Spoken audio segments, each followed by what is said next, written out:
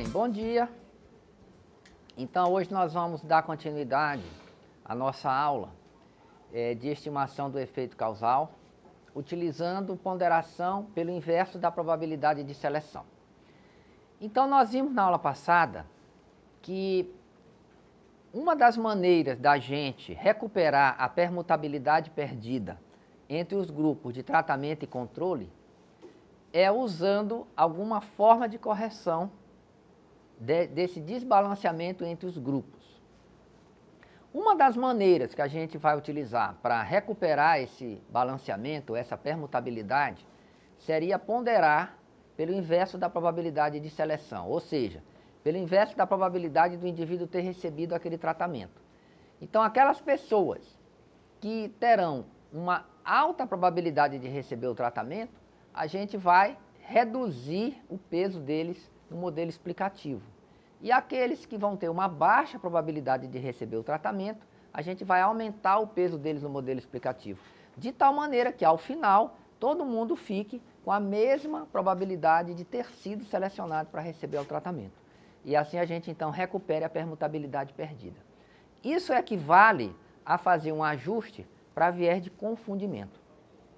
E a gente viu na aula passada que esse peso, que é o WT, que nós vamos colocar no nosso modelo, ele é calculado invertendo a probabilidade de receber o tratamento. Que aqui eu estou exemplificando, essa probabilidade ela é uma função, né, de receber o tratamento condicional às variáveis C, que são as variáveis confundidoras. Então a gente vai calcular, na realidade, a probabilidade condicional de receber o tratamento em função das variáveis confundidoras, e ao final a gente vai inverter essa probabilidade para calcular o peso onde a gente vai recuperar, né? Então, eu botei WT, porque esse peso ele é calculado em relação às probabilidades de receber o tratamento. E a gente, então, utilizando esse procedimento, a ideia é recuperar o balanceamento entre os grupos. Entretanto, esse método também permite que a gente possa fazer correção pelo viés de seleção. Então, eu vou tentar explicar agora um pouquinho essa ideia e como que funciona, como que isso funcionaria na prática.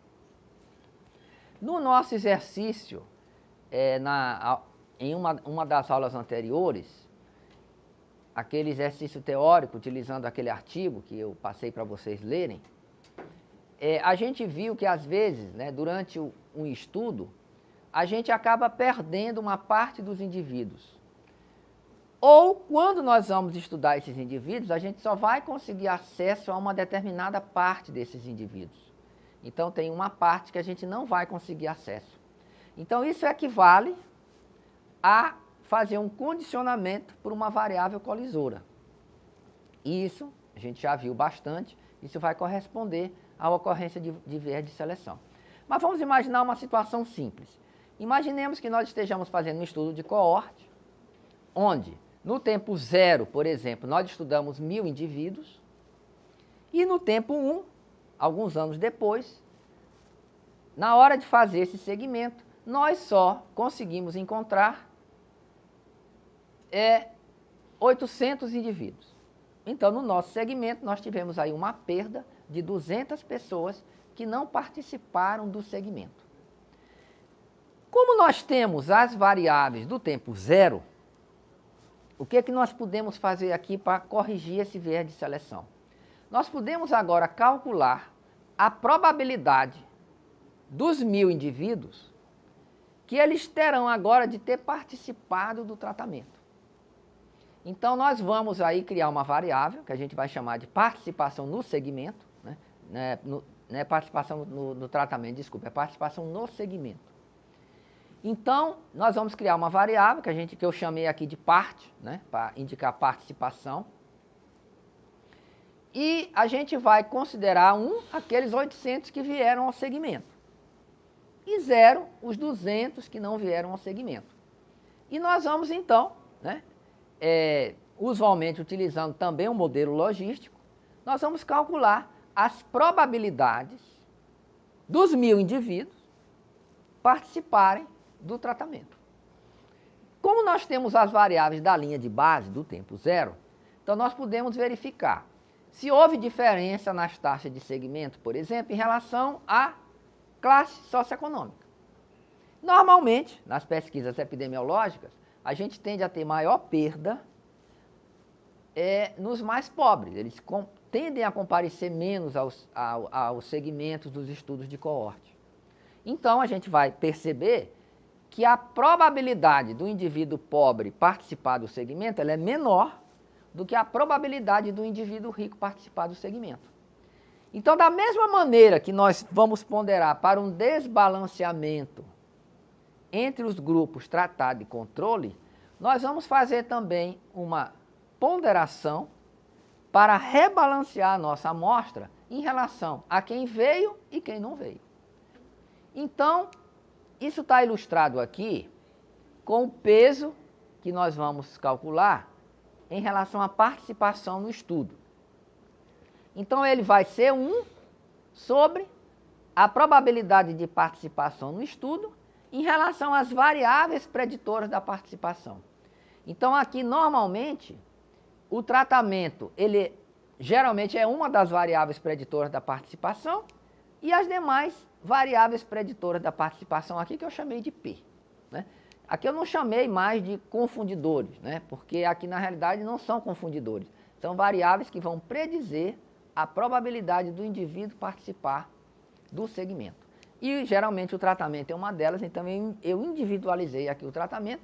Poderia considerar T dentro do conjunto P, né? Mas aqui eu resolvi colocar separado para chamar a atenção que o tratamento ele também, geralmente, é uma das variáveis preditoras da participação no segmento. Então, uma vez calculados esses dois pesos, ao final nós vamos multiplicar esses pesos e o peso final que vai para o modelo vai ser o peso que vai multiplicar a ponderação para o inverso da probabilidade de ser tratado e um outro peso que vai ponderar para o inverso da probabilidade de participação no segmento. Né? Então, o peso final vai ser uma multiplicação do peso da probabilidade de participação no tratamento e do peso, que é o inverso, da probabilidade de participação no segmento. Né? Então, dá inverso da probabilidade de tratamento e o inverso da probabilidade de participação no segmento. Nós vamos multiplicar esses dois pesos e ao final chegar ao peso final. Tá? Então, só para mostrar como, usando esse método, nós podemos corrigir simultaneamente para viés de confundimento e para viés de colisão, que é outro nome que a gente conhece na epidemiologia, com viés de seleção. Bem, dito isso, nessa parte da aula agora, eu vou ilustrar todos os passos na análise com score de propensão, utilizando nessa etapa a ponderação com score de propensão e mostrando essa análise no pacote R. Na aula passada a gente ilustrou, né, geralmente utilizando o pacote Stata. Depois dessa parte teórica, nós vamos então começar a primeira prática utilizando o pacote Stata hoje. E na aula seguinte, a gente vai fazer essa mesma prática, demonstrando isso no pacote R, né? Que a gente vai estar sempre usando os dois pacotes, mostrando a partir de perguntas, provavelmente dos alunos, o que um tem de vantagem, desvantagem, como que a gente pode estar usando os dois pacotes. Bem, então, normalmente, a gente vai começar a nossa análise fazendo o nosso ajuste tradicional nos modelos de regressão convencionais. Né? Então, até para a gente estar comparando a nossa estimativa com a estimativa obtida a partir do modelo de regressão. Em seguida, o passo 2, nós vamos verificar o balanceamento antes da implementação do score de propensão. Ou seja, aqui é para verificar se você tem diferença entre os grupos de tratamento e controle, que precisarão ser corrigidas. Essa etapa 2 é importante porque nela a gente pode tentar identificar os preditores do tratamento. Então, aquelas variáveis que estão desbalanceadas nos grupos tratamento e controle, elas poderão ser escolhidas para serem utilizadas no modelo preditivo, onde nós vamos calcular o score de propensão. No passo 3, nós vamos então fazer essa estimativa do score de propensão. Como eu comentei na aula passada, usualmente nós vamos usar regressão logística para fazer essa estimativa.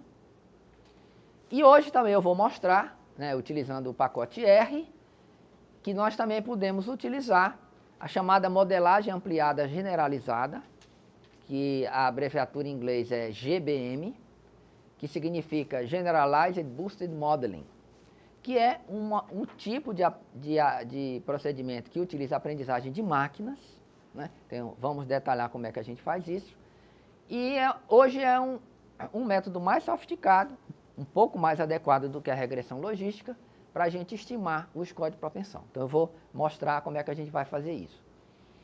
O passo 4 é a gente ponderar ou parear usando score de propensão.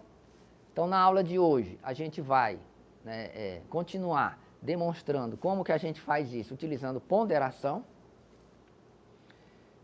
E em aulas seguintes nós vamos então ver como é que a gente faz o pareamento com o score de propensão. No passo 5, nós vamos verificar se o balanceamento foi atingido. Então, se a partir da implementação do score de propensão, a gente conseguiu rebalancear os grupos.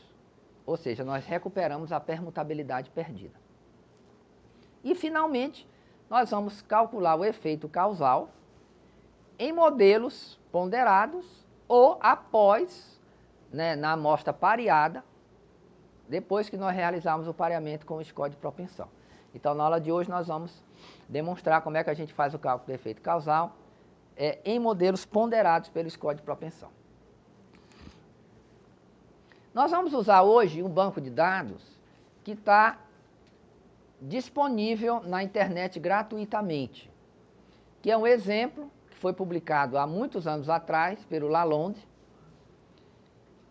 E nesse exemplo que nós vamos rodar aqui, durante a aula expositiva, nós temos 185 tratados e 429 controles, reproduzindo uma situação muito comum quando nós trabalhamos com inferência causal, quando a gente usa a score de propensão, e que você tem um número de tratados geralmente bem menor do que o número de controles.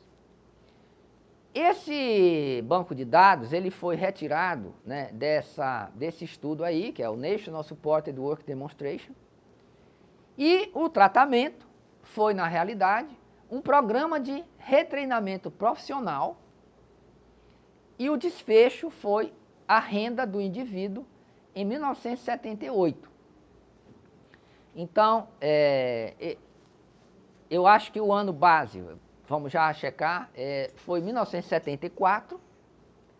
Então, neste ano, os indivíduos foram, então, alguns indivíduos receberam um programa de retreinamento profissional, né, visando a recolocação no mercado de trabalho e visando que os indivíduos passassem a oferir uma renda maior do que antes desse programa de retreinamento. Essa análise que a gente vai fazer aqui é uma análise observacional desse programa. Então, essa alocação para quem recebeu o tratamento, que no caso participou desse programa de retreinamento profissional, ou quem não participou, essa alocação não foi aleatória, ou seja, não houve randomização, que a gente sabe que teria uma tendência a equilibrar os fatores de confusão nesses dois grupos. Então, isso aqui não ocorreu de forma aleatória.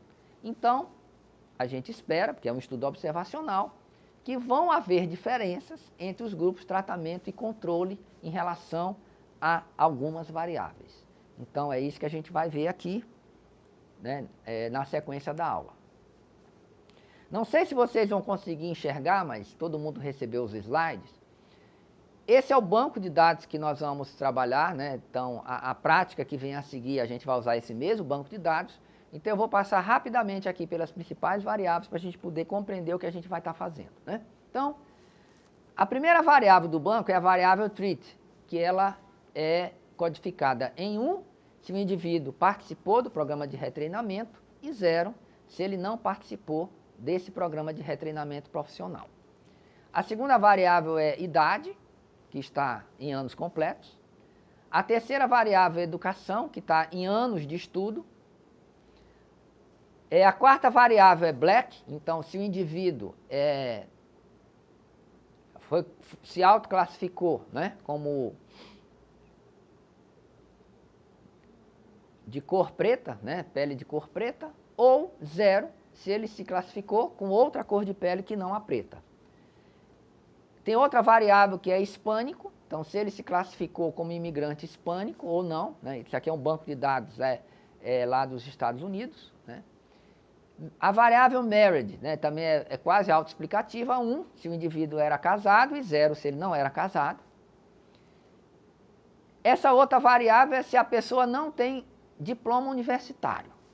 Então ela é uma variável meio estranha, né, então a gente tem que ter cuidado na hora de interpretar, porque 1 significa que não tem diploma universitário e 0 que tem. Né? Então ela foi codificada ao contrário.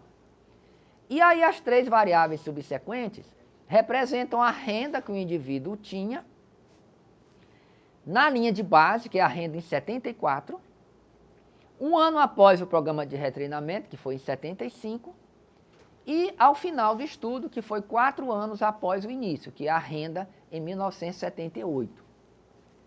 Então, por exemplo, esse primeiro indivíduo, no programa, quando ele começou o programa, ele não tinha renda, não oferia renda, um ano depois também não oferiu renda, e em 78 a renda dele aumentou para 9.930 dólares anuais. Essa renda aqui, diferente do Brasil, que a gente tende a trabalhar com renda mensal, nos Estados Unidos a convenção é de trabalhar com renda anual. Né? Então, se você quiser dividir por 12 aí você vai ter o rendimento mensal. Então, normalmente o rendimento é anual. Então, aí aproximadamente 10 mil dólares anuais, né? Que é a renda que esse indivíduo passou a aferir após 4 anos desse programa de retreinamento, quando foi feita então a avaliação final. Então, para todos os efeitos, trata-se de um estudo de coorte, porque não houve randomização no seu início. O que eu queria comentar mais? Então, sim, aí a variável explanatória é o tratamento e a variável resposta é a renda em 78, que é a última, respectivamente, a primeira e a última variável desse arquivo. Então, uma das coisas que nós vamos ter que fazer quando a gente avalia, vai fazer análise com score de propensão, é verificar o balanceamento entre os tratados e os não tratados na linha de base. Né? Antes de fazer qualquer correção, utilizando score de propensão ou não. Uma prática muito comum é a gente realizar teste de hipótese. Então, calcula-se um p-valor e se avalia se há diferença na média, no caso de variáveis contínuas, entre o grupo tratado e o grupo controle. Então, se o p-valor for significante, a gente consideraria que tem diferença entre essas médias, e aí a gente vai concluir que há desbalanceamento entre os dois grupos. Então, essa variável ela seria uma variável candidata, por exemplo, a participar desse ajuste. Se for uma variável categórica, ao invés do teste T de student, nós vamos usar o teste do Q quadrado. Bem, essa prática aí ela é desaconselhada. Por quê? Temos vários problemas. A gente sabe que o p-valor ele é uma função do tamanho da amostra. Então, o que vai acontecer? Amostras grandes, pequenas diferenças, elas acabam sendo significantes. Você estudou muita gente, então a probabilidade do acaso explicar aquela diferença, mesmo que pequena ou mesmo irrisória, vai ser muito pequena. E aí você vai acabar tendo um p-valor significante na presença de uma diferença muito trivial entre os grupos. Então esse é um primeiro problema. Então você passa a ter uma significância em amostras grandes. Mas outro problema é quando a amostra é muito pequena ou pequena, você pode não detectar uma diferença que seja grande. Então, você olha lá a diferença, está lá às vezes 15% entre um grupo e outro. A amostra é pequena, o p-valor não vai dar significante. Então, será que 15% não é uma diferença importante, né? A gente olha sim, parece que sim. Claro, a gente não vai poder descartar, né, completamente. Né? A probabilidade do acaso explicar aquilo é grande, porque a amostra é pequena, mas fica complicado da gente tirar alguma conclusão em relação a isso. Então, o que a gente normalmente usa? Né? Ora, a melhor maneira de fazer isso é trabalhar com a diferença entre essas médias padronizadas. Então, aqui, o que vai acabar acontecendo? Nós vamos avaliar qual é a diferença entre a diferença na média entre os grupos, medida agora, não mais pela escala original da variável. Então, por exemplo, se eu quero medir a diferença em anos de estudo. Então, eu não estou mais agora medindo a diferença em anos de estudo. Eu estou medindo a diferença em unidades de desvio padrão. Isso tem uma vantagem, né? Porque a gente padroniza. Então, todas as variáveis agora, a diferença entre elas vai ser medida em unidade de desvio padrão. Então, a gente vai converter para uma única métrica. Então, essa é uma grande vantagem disso. E a gente pode usar um ponto de corte para definir o que a gente vai considerar uma diferença grande e uma diferença pequena, que nesse caso vai independer do tamanho da amostra. Então, essa é uma vantagem em relação a utilizar, por exemplo, teste de hipótese. Nos livros, a recomendação ideal é que a diferença nessas médias entre o grupo de tratamento e controle não ultrapasse 0,10 desvio padrão. E ainda se considera aceitável se essa diferença não ultrapassar 1/4 de desvio padrão, ou seja, 0,25 desvio padrão.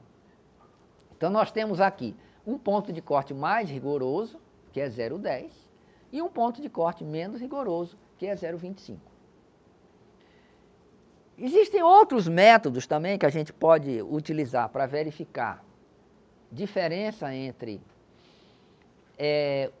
as variáveis, dos valores das variáveis nos grupos de tratamento e controle, que é o teste Kolmogorov-Smirnov, onde você compara toda a distribuição.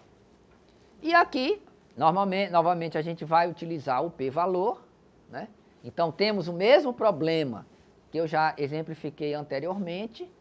Em amostras pequenas, você tem tendência a cometer falso negativo, ou seja, existe uma diferença grande, mas você não consegue identificar porque a tua amostra é pequena. Em amostras grandes, você tem o problema ao contrário, onde pequenas diferenças vão aparecer como significantes.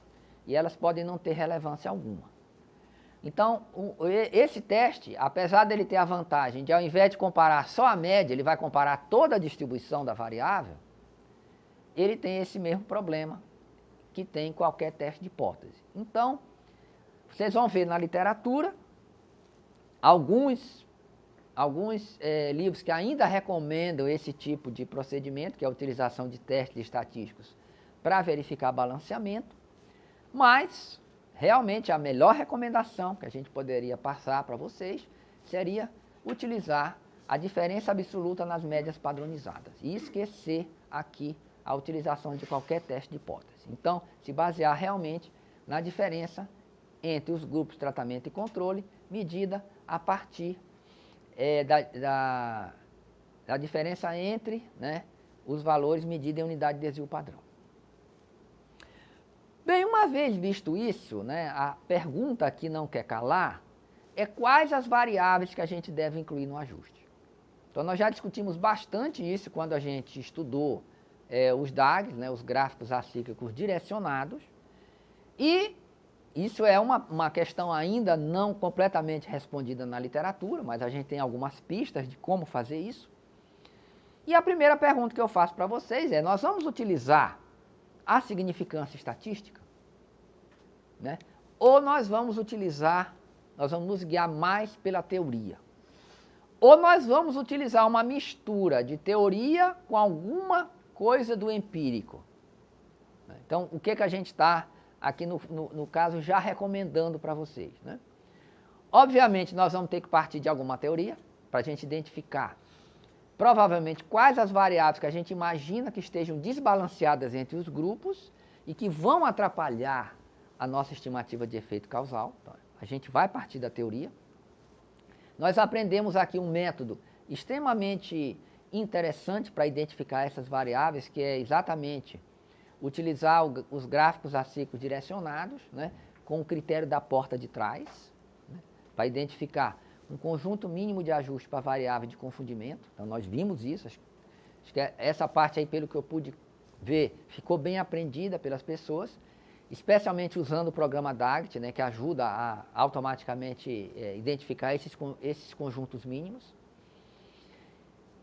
E até que ponto a gente vai ou não usar a significância. Então, o que nós estamos recomendando aqui? Não usar qualquer procedimento baseado em significância estatística, né? Então, ter a ajuda do critério da diferença em unidade de desvio padrão. Isso realmente a gente pode fazer isso, né? Ou utilizar, então, apenas a teoria e incluir no ajuste aquelas variáveis que você acha, teoricamente, que possam fazer sentido. Então, esse é o procedimento que nós estamos usando quando a gente usa a DAG, por exemplo. A gente não usa nenhum tipo de teste estatístico para escolher variáveis de ajuste. A gente usa apenas a teoria. Então, essa coisa de seleção de covariáveis que a gente vai incluir no ajuste, eu trouxe aqui o que eu li no livro do Leite, que é um livro sobre score de propensão no R. E aqui seria mais ou menos um resumo do que a gente já vem falando aqui nas nossas aulas, né, com algum acréscimo aí de algumas coisas mais recentes. Então, o que a gente aprendeu? A inclusão de variáveis confundidoras, ou seja, que para a gente são é uma causa comum do tratamento do desfecho, elas vão reduzir viés, a gente não tem dúvida disso, né? E elas também vão produzir uma estimativa que tem uma baixa variância. Então, é a medida ideal, né? Então, o ajuste ideal que a gente vai fazer é ajuste para confundidores, porque, ao mesmo tempo, ele reduz viés e reduz a variância. Nós vimos aqui que o método mais usado antigamente era a gente tentar identificar confundidores individualmente. Já vimos por que esse método ele não é o melhor, né? Por quê? Se você tem dois confundidores no mesmo caminho, basta ajustar para um, que você vai evitar que aquela associação esteja refluindo pela porta de trás. Então não há necessidade de ajustar para dois confundidores que estão no mesmo caminho, né? O bloqueio de um, o ajuste para um deles já bloqueia o que está passando ali pela porta de trás naquele caminho. Então nós já vimos isso. O ajuste para preditores do desfecho, que é o que a gente faz quando a gente usa regressão convencional e ajusta lá tudo no mesmo modelo, né? Porque a nossa prática anterior era qual, né? Nós pegamos, queremos ver se a participação em um programa de retreinamento profissional, ele vai aumentar a renda do indivíduo 4 anos depois. Então, o que a gente faz? A renda é uma variável contínua, então a gente vai usar um modelo de regressão linear, né? Vamos usar um modelo de regressão linear múltipla e a variável explanatória é o tratamento e nós vamos ajustar para variáveis, né, a princípio confundidoras, mas a gente pode usar variáveis que são apenas preditoras do desfecho. Isso tem uma vantagem que reduz a variância da nossa estimativa, mas ela vai quebrar o cegamento. Porque vejam só, como é que a gente faz num estudo experimental, que é o nosso chamado padrão ouro da inferência causal? Nós fazemos randomização. Então, em teoria, a randomização equilibra os grupos, né? E a gente sabe que quanto maior o tamanho de amostra, maior a probabilidade de que todas as variáveis, tanto as observadas quanto as não observadas, elas estejam equilibradas entre os grupos de tratamento e controle. Nós vamos fazer apenas uma tabela 2x2, tratamento e desfecho, não é isso?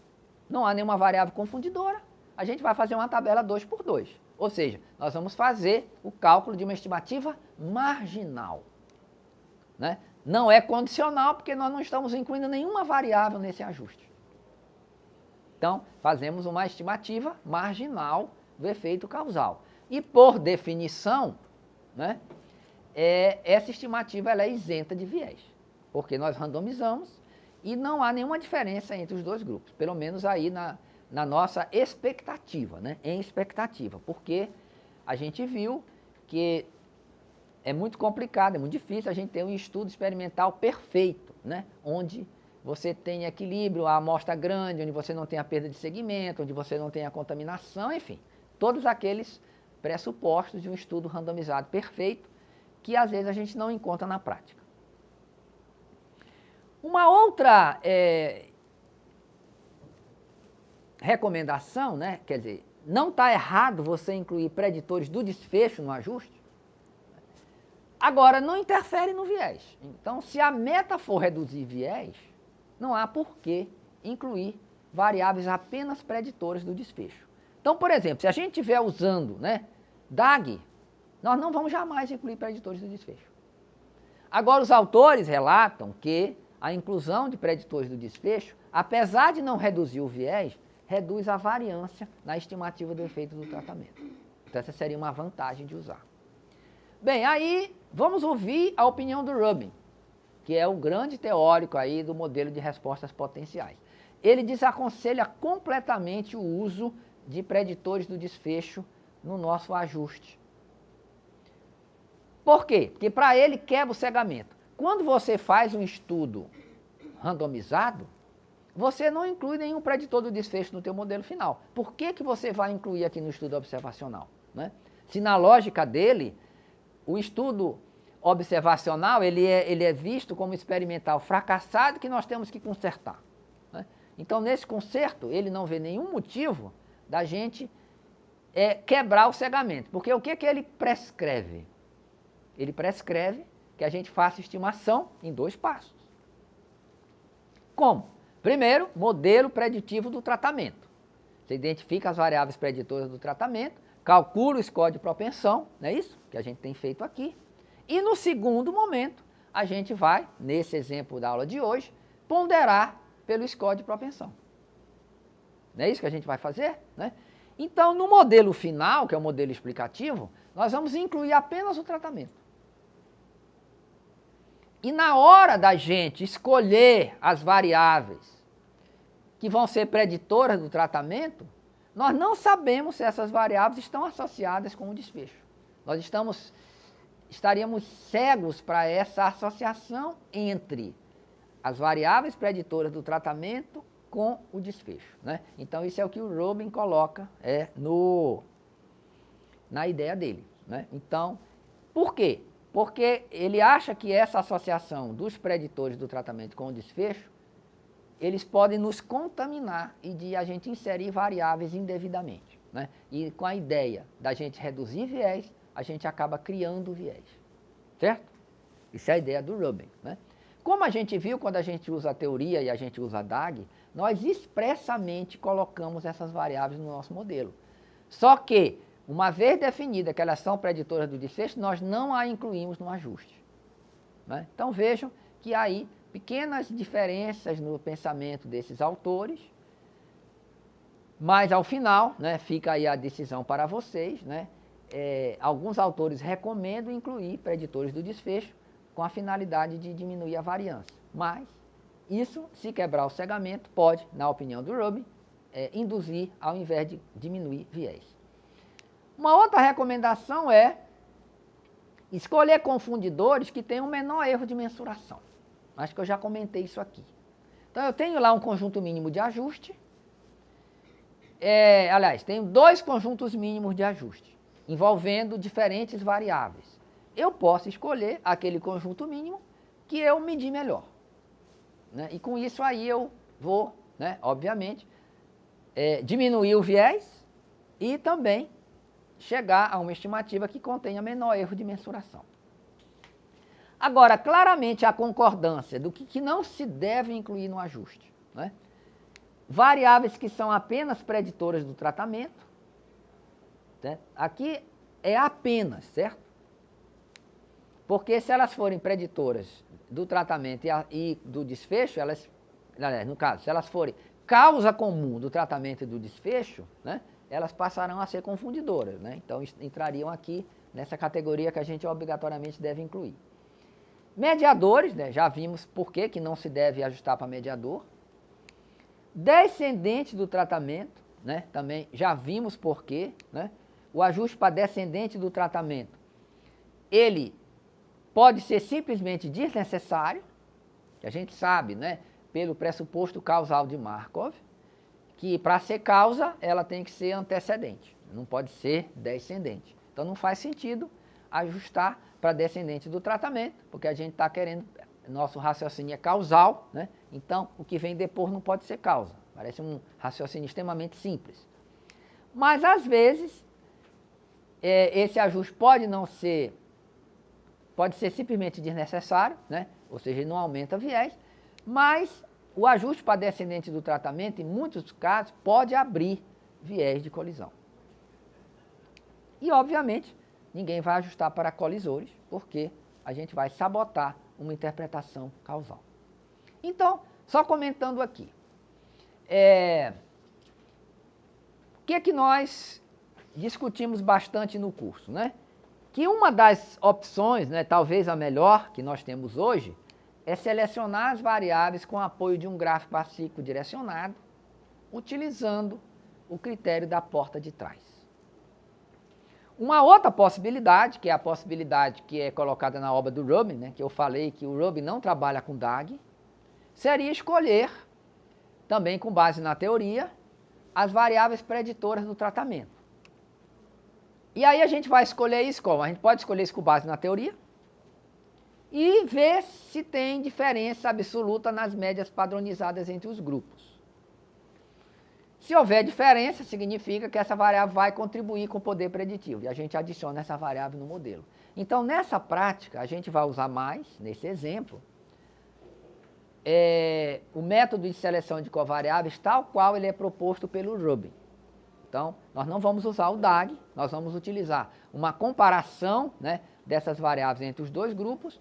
Quando houver desbalanceamento prévio, a gente vai incluir aquela variável. Quando não houver, a gente não vai incluir aquela covariável, né? Então, com a ideia de selecionar aquelas variáveis que são preditoras do tratamento.